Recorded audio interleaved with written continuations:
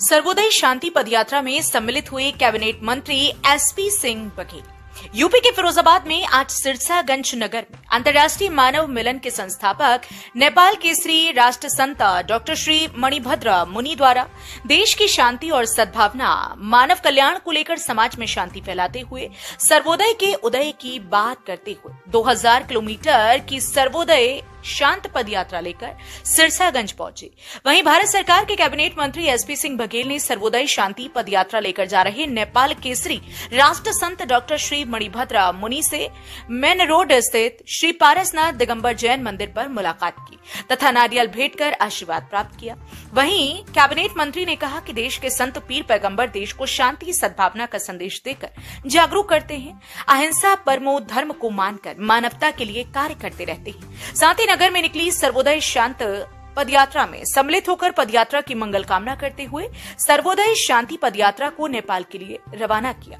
इस अवसर पर अशोक जैन रपरिया, गौरव जैन रपरिया, आशीष जैन कन्हैया, प्रवीण जैन लालजी, अमित जैन, अश्विनी जैन, सुधीर जैन, सचिन जैन, नगला दानी, आयुष जैन, संस्कार जैन ने पदयात्रा का स्वागत कर पदयात्रा में सम्मिलित हुए। क्या मुख्य उद्देश्य है, क्या बताना चाहेंगे आप? हम लोग जैन संत हैं। दीक्षा लेने के बाद हम लोग आजीवन पदयात्रा करते हैं। आषाढ़ पूर्णिमासी से कार्तिक पूर्णिमासी तक एक स्थान पर रहना यह हमारा विधान है। सभी संतों का यही विधान होता है, सभी धर्म परंपरा के संतों का यही नियम है।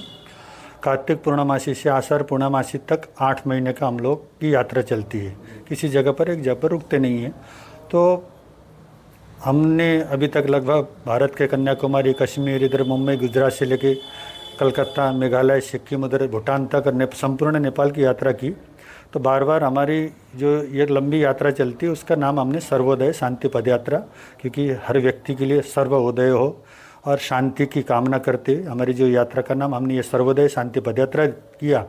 इस बार की जो हमारी यात्रा निकल रही है, इस बार की हमारी यात्रा 2000 किलोमीटर की रहेगी, जो 8 महीने के बीच में हमने पूरा करना है।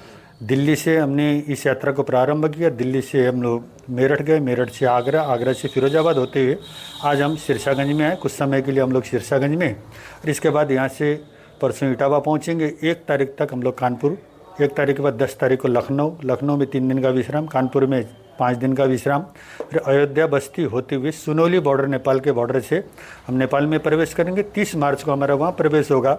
उसके बाद फिर नेपाल के विभिन्न क्षेत्रों में यात्रा करते हमने मुक्तिनाथ धाम, वहाँ पे हम लोग का लगभग ये हमारे आदिनाथ भगवान से संबंधित रखने कैलाश पर्वत का वो क्षेत्र,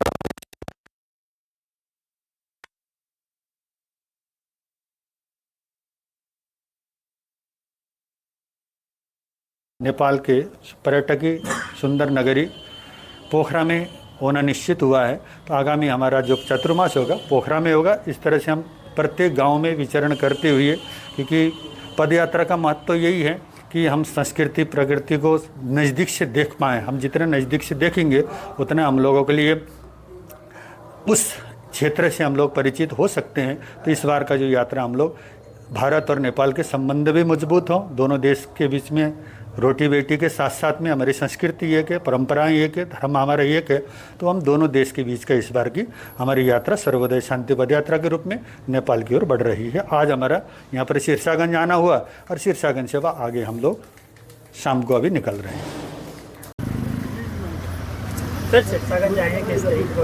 आज हमारे लिए बहुत खुशी की बात है कि राष्ट्र संत डॉक्टर मणिभद्र जी जो नेपाल के हमारे श्वेतांबर जैन मुनि हैं, उनका मानव मिलन के द्वारा सर्वोदय शांति पदयात्रा जो नई दिल्ली से लेकर नेपाल तक हो रही है, जिसमें आगरा, कुंडला, फिरोजाबाद, शोकाबाद होते हुए सिरसागंज और इसी मार्ग से फिरोजाबाद जिले में जसवंत नगर होते हुए कानपुर होते हुए महाराजगंज से लखनऊ में प्रवेश करेंगे। महाराज जी का यात्रा का उद्देश्य जो धर्म अधर्म, न्याय अन्याय, नीत अनीत, सदाचार दुराचार, पाप पुण्य हो रहा है, उसमें नीत के मार्ग पर चलें लोग, सदाचार के, पाप को हटाएं, पुण्य के और धर्म के। और आजकल सबसे ज़्यादा परेशानी जो हो रही है वो अशांति हो रही है। विश्व को शांति की ज़रूरत है। महावीर स्वामी जी का जो हमारा सिद्धांत है अहिंसा का, यदि लोग अहिंसक हो जाएं और अहिंसा परमो धर्मा को अपना लें तो विश्व के सभी निवासी संपन्न हो सकते हैं, क्योंकि हम अपने बजट का बहुत बड़ा पैसा रक्षा बजट पे केवल भविष्य में होने वाले युद्धों की आशंकाओं के लिए खर्च कर रहे हैं। तो मैं महाराज जी की जो ये सद्भावना यात्रा है, इस एक भी व्यक्ति में जो राष्ट्रीय भावना, शांति की भावना, अहिंसक और शाकाहारी बनाने में वो सफल हुए, तो यात्रा सफल है।